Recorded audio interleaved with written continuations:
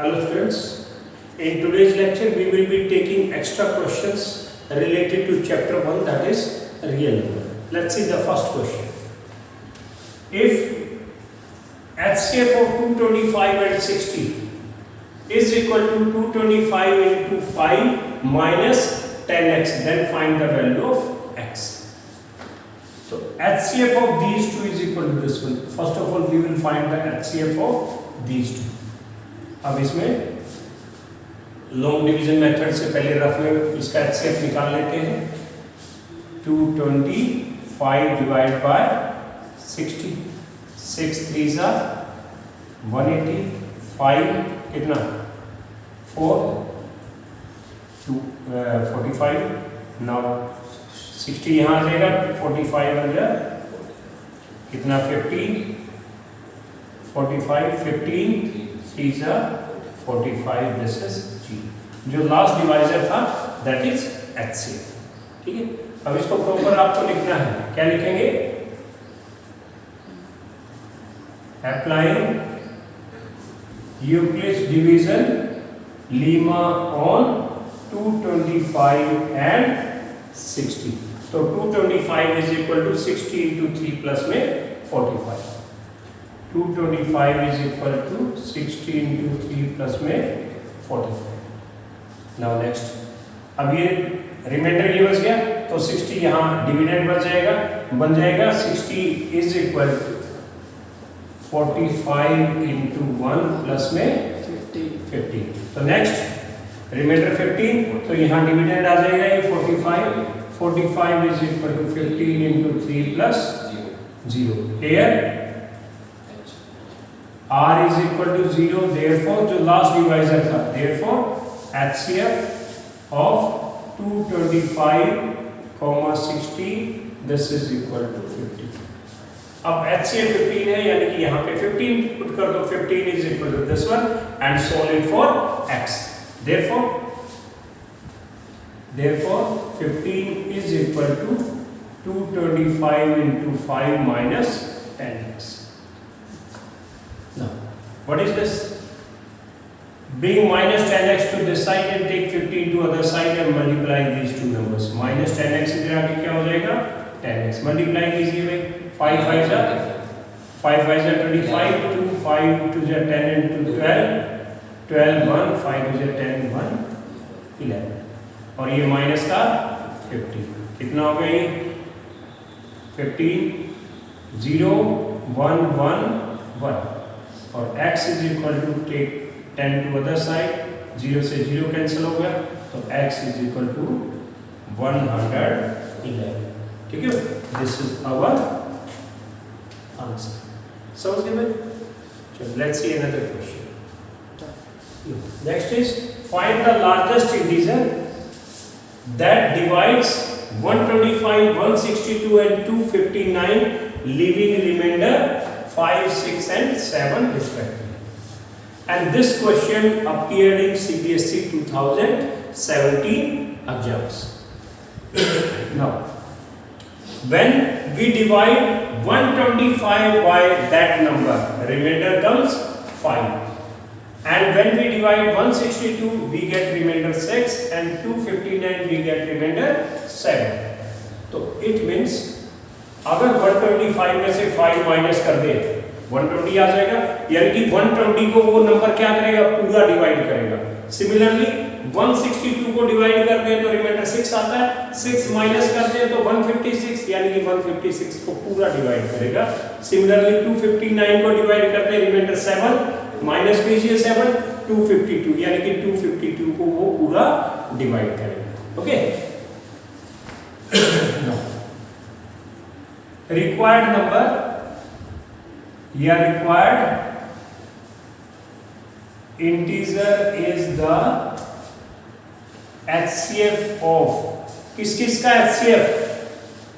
125 minus 5, यानी कि 120 को वो पूरा डिवाइड करता है और इसको डिवाइड करते रिमाइंडर 6.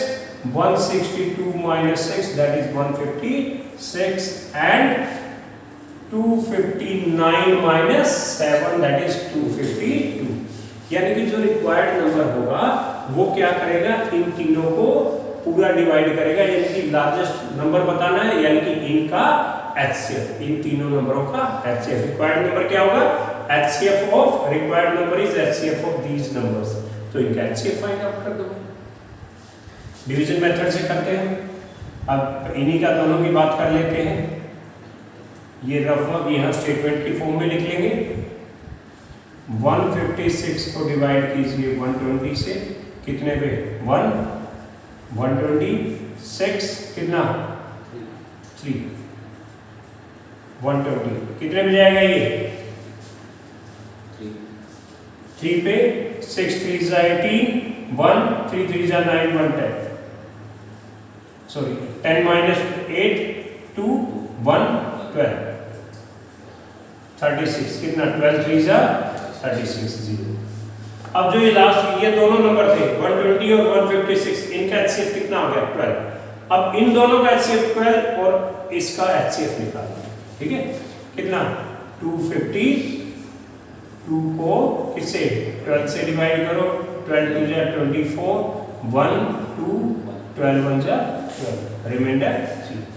यानी कि इन दोनों का HCF होता है 12 और 12 का और इसका HCF कितना होता है 12, देयरफॉर इन तीनों का HCF कितना हो गया, इन तीनों का HCF कितना हो गया 12, तो रिक्वायर्ड नंबर इज 12। अब देखिए यहाँ applying Euclid's division lemma on 156 and 120, 156 and 120, 156 is equal to 120 into 1 plus में 36, और फिर 120 is equal to 36 into 3 plus में 12, और 36 is equal to 12 into 3 plus में 0। So HCF of 156 and 120 is equal to 12। अब इन दोनों नंबरों का जो HCF है वो 12 है, उस HCF का और इसका HCF क्या होगा, ठीक है। Applying Euclid's division lemma on 12 and 252, तो 252 is equal to 252 is equal to 12 into 21 plus में 0, तो लास्ट डिवाइजर कितना है 12, therefore HCF of 12 and 252 is equal to 12, therefore required integer लिख लो, required integer is 12। Is it clear? अब अगर 12 को इससे डिवाइड करें, 12 10 जा 120, 5 रिमाइंडर बचेगा, इसको डिवाइड करेंगे 6, इसको डिवाइड करेंगे तो reminder 7। Is it clear? Now let's see the next question. Let's see. Show that one and only one out of n plus 1, n plus 2 is divisible by 3, where n is any positive integer। आपको ये show करना है n कोई positive integer है, आपको ये बताना है one out of these three, n plus 1, n plus 2, n कोई पॉजिटिव इंटीजर हो तो इन तीनों में से वन एंड ओनली वन, सिर्फ एक नंबर 3 से डिवाइड होगा, बाकी नहीं होगा, ठीक है भाई। अब इसमें हम और कहां पे n is any positive integer, n कोई पॉजिटिव इंटीजर है तो हम n की वैल्यूज, n कोई पॉजिटिव इंटीजर है, हम ये देख लेते हैं कि वे n को हम किस फॉर्म में लिख सकते हैं, पॉजिटिव इंटीजर को किस फॉर्म में लिखा जा सकता है। अब क्वेश्चन क्या है, डिविजिबल बाय 3, डिविजिबल बाय 3, यानी कि n को पॉजिटिव इंटीजर की फॉर्म में लिखेंगे तो b को हम क्या मान लेंगे 3, क्योंकि यूक्लिड्स डिवीजन लीमा क्या होता है, a is equal to bq plus r, जो ये b है b को हम क्या मान लेंगे 3 मान लेंगे, okay. Let n be any positive integer and b is equal to 3, then according to Euclid's division lemma, n is equal to 3q plus r, where r can be 3 से divide करेंगे किसी नंबर को, reminder क्या हो सकता है 0 1 2, तो n किस फॉर्म में हो सकता है, therefore n will be of the form, या n can be written as, जब 0 होगा तो क्या होगा n 3q, 1 होगा रिमाइंडर, r 1 होगा तो 3q plus 1, और 2 होगा तो 3q plus में 2। n कोई भी पॉजिटिव इंटीजर है इस फॉर्म में हो सकता है, तो जब n 3 होगा 3q होगा तो देखेंगे तीनों में से कौन सा डिवाइड 3 से होता है। जब n 3q plus 1 होगा फिर चेक करेंगे तीनों में से कौन सा डिवाइड करता है, और जब n 3q plus 2 होगा तो तब देखेंगे तीनों में से कौन सा 3 से डिवाइड करता है। और ये भी 2017 में CBSE एग्जाम्स में 4 मार्क्स में आया था। कितने मार्क्स में? 4 मार्क्स। ठीक है, यहां तक आपने बेसिक लिख लिया कि वे n कोई पॉजिटिव इंटीजर है, b is equal to 3, then according to Euclid's division lemma n is equal to 3q plus r, और ये n को हम इस फॉर्म में लिख सकते हैं। फर्स्ट केस लिखते हैं, when n is equal to 3q, when n is equal to 3q, then n की वैल्यू चाहिए हमें n plus 1 और n plus 2, ठीक है। अब n की जगह क्या पुट करें 3q, तो ये नंबर में 3 से डिवाइड होता है, 3 into सब इंटीजर, तो क्या है, क्या लिखेंगे, it is divisible by, अब n की जगह पे कितना 3q plus 1, तो क्या है, it is not divisible by 3, और यहाँ पे n की जगह पे क्या है 3q, तो 3q plus 2, 3q plus 2 भी क्या है, it is not divisible by 3, यानी कि इन तीनों में से कौन डिवाइड हुआ, when n is 3, तीनों में से एक ही डिवाइड हुआ, तीनों में से एक ही डिवाइड हुआ। तो हमें ये बताना है भाई तीनों में से एक ही डिवाइड होगा when we divide these numbers by 3, जब इनको 3 से डिवाइड किया तो सिर्फ एक ही डिवाइड हुआ। ओके, अब second part, when n is equal to 3q plus 1, तो n किस फॉर्म में हो सकता है, दूसरा 3q plus 1, तो क्या है n कितना 3q plus 1, क्या ये 3 से डिवाइड होगा, नो, लिखेंगे it is not divisible by 3, when n is equal to, sorry ये अगला क्या है n plus 1, तो n की जगह पे क्या पुट करेंगे 3q plus 1, 3q plus 1 और प्लस का 1 कितना हो गया 3q plus 2, it is not divisible by 3 से डिवाइड ये भी नहीं होता। थर्ड केस है n plus 2, तो n कितना 3q plus 1, n की जगह पे 3q plus 1 और प्लस का 2 कितना हो गया 3q plus 3, तो ये it is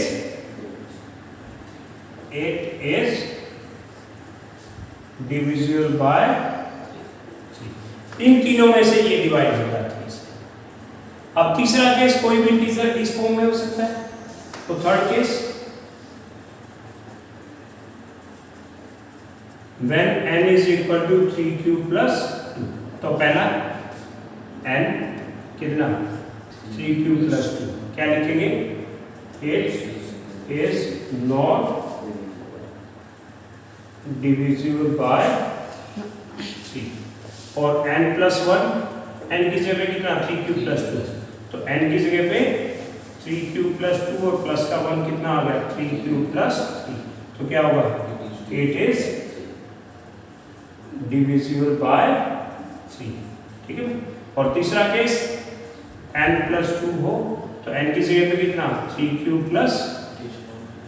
plus 2 और प्लस का 2 कितना आ गया 3q plus 4, तो क्या है it is not divisible by 3, hence prove out of these n plus 1, n plus 2, only one and only one is divisible divisible by 3। इस केस में ये डिवाइड हो रहा है, इस केस में कौन सा डिवाइड हो रहा है ये, और इस केस में कौन सा डिवाइड हो रहा है 7। ठीक है, तो क्या लिखेंगे hence for and as any positive integer n plus 1 n plus 2 out of integer out of n plus 1 n plus 2 1 and only 1 is divisible by 1 and only 1 is divisible by 3। ये काफी इंपॉर्टेंट रहता है, इस तरह का question 4 marks में एक बार आ भी चुका है। Find the HCF and LCM of 404 and 96 and verify that HCF into LCM is equal to product of two numbers। सबसे पहले हमें LCM और HCF फाइंड आउट करना है, तो हम प्राइम फैक्टराइजेशन मेथड से फाइंड आउट करते हैं इसको। 404 फैक्टराइज कीजिए इसको 96 को। 404 2 से 202 2 से 101 और तो जाता है,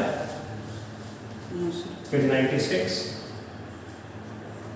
2 से 2 4 जा 2 8 जा 2 से 24 2 से 12 2 से 6 2 से 3। तो 404 कितना हो गया 2 इंटू 2 यानी कि 2 की पावर 2 इंटू 101, और ये 1 2 3 4 5 2 की पावर 5 इंटू 3।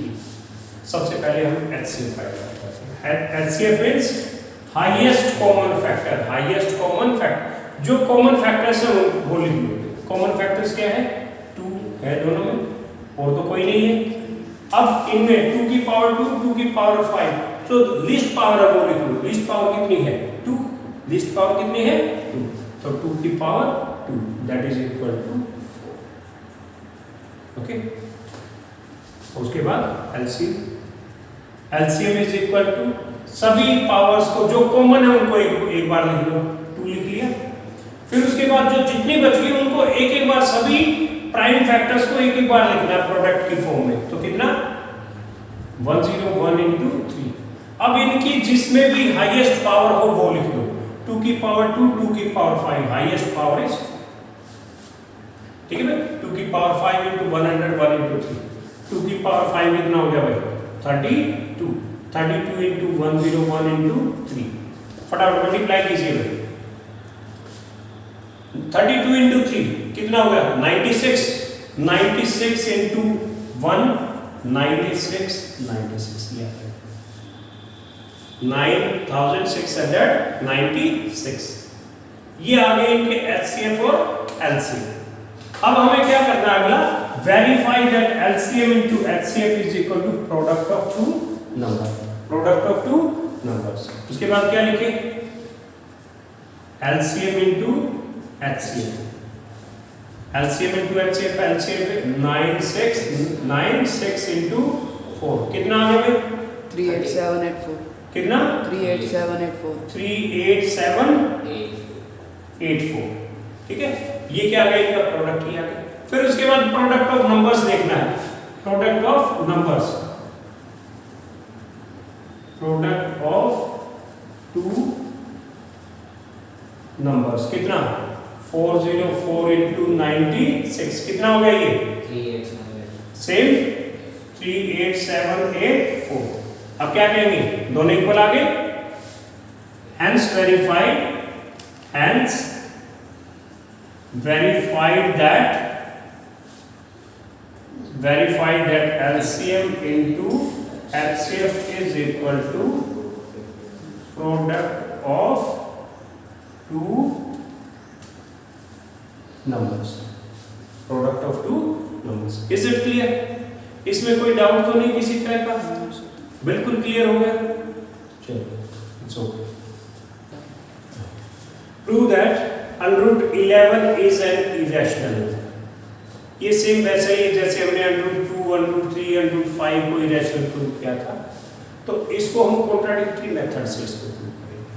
तो इसको इरेशनल प्रूव करना है तो हम इसको रैशनल मान लेते हैं और लास्ट में चलते चलते हम ये प्रूव कर देंगे एंड में कि भाई ये जो हमने मान लिया वो गलत मान लिया। तो by contradiction method we can say it is irrational. ठीक है, now let √11 is a rational number। ये रैशनल नंबर, ये कोई रैशनल नंबर है। Then √11 can be written as P by Q, where P and Q are integers and Q is not equal to 0। P और Q कोई integer है और Q 0 नहीं है। तो हम क्या करते हैं भाई, P और Q इंटीजर्स हैं तो इनका जो कॉमन फैक्टर है उससे हम डिवाइड कर देते हैं और इनको कॉमन फैक्टर से डिवाइड करने से मान लो अपने पास में दो कोई नंबर आ गए R और S। ठीक है, लेट या dividing P and Q by their common factor, dividing P and Q by their common factor, let we get R and S as two co-prime integer. क्या आगे में वो co-prime integers।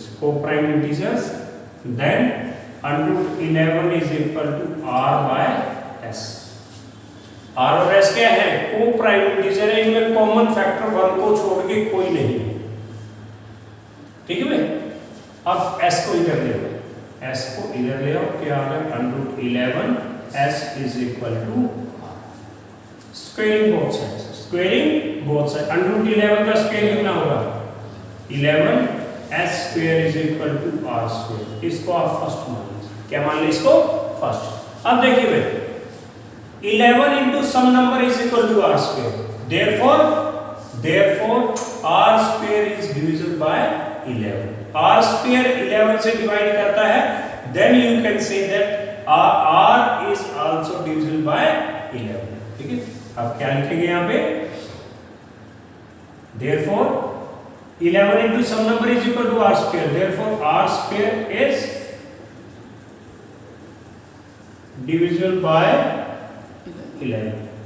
divisible by R square is divisible by 11, hence therefore R is also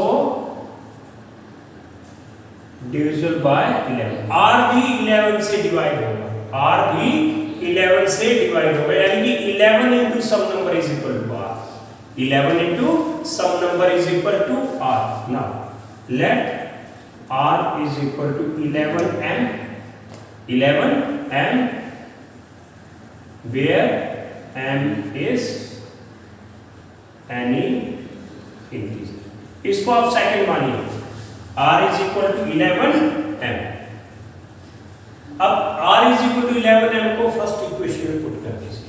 ठीक है भाई, putting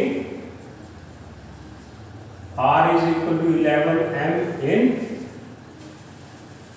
equation first, तो क्या आ गया 11s square is equal to R की जगह क्या है 11m का स्क्वायर, कितना हो गया 11s स्क्वायर, 11 का स्क्वायर 121 m स्क्वायर।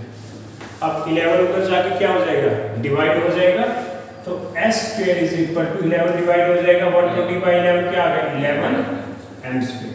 अब यहाँ पे देखिए 11 into some number is equal to s square, therefore s square is divisible by 11, और s square is divisible by 11, therefore s is also divisible by 11। लिखेंगे therefore s square is divisible by 11। S2 is divisible by 11, therefore S is also divisible by 11. S is divisible by 11, R is also divisible by, now यहाँ पे देखिए भाई, R is divisible by 11, S is also divisible by 11, यानी कि 11 can divide both R and S. Therefore, 11 can divide both R and S. R और S को दोनों को डिवाइड कर सकता है 11, लेकिन हमने यहाँ पे क्या किया था, हमने P और Q को कोई उनके कॉमन फैक्टर से डिवाइड कर दिया था. Then we got R and S as two coprime integer. R और S क्या है, को-प्राइम इंटीजर है, लेकिन हमने तो यहाँ क्या प्रूव कर दिया भाई, को-प्राइम नहीं है R और S, ये दोनों 11 से डिवाइड होते हैं, दोनों 11 से डिवाइड होते हैं. तो इसलिए जो हमने मान लिया था वो गलत मान लिया. ठीक है, therefore our assumption is wrong लिखो या contradict. our assumption contradict लिखो या our assumption is wrong. जो हमने assume किया था वो गलत assume कर लिया. क्या assume कर लिया था कि भाई 11 is rational. ये गलत है. अगर ये rational है नहीं है तो क्या है, ये irrational. ठीक है, hence under root 11 is an irrational. under root 11 क्या हो गया, irrational. समझ गए भाई, कौन से मेथड से हमने इसको प्रूव किया, contradictory. Is it clear, any doubt? It's okay.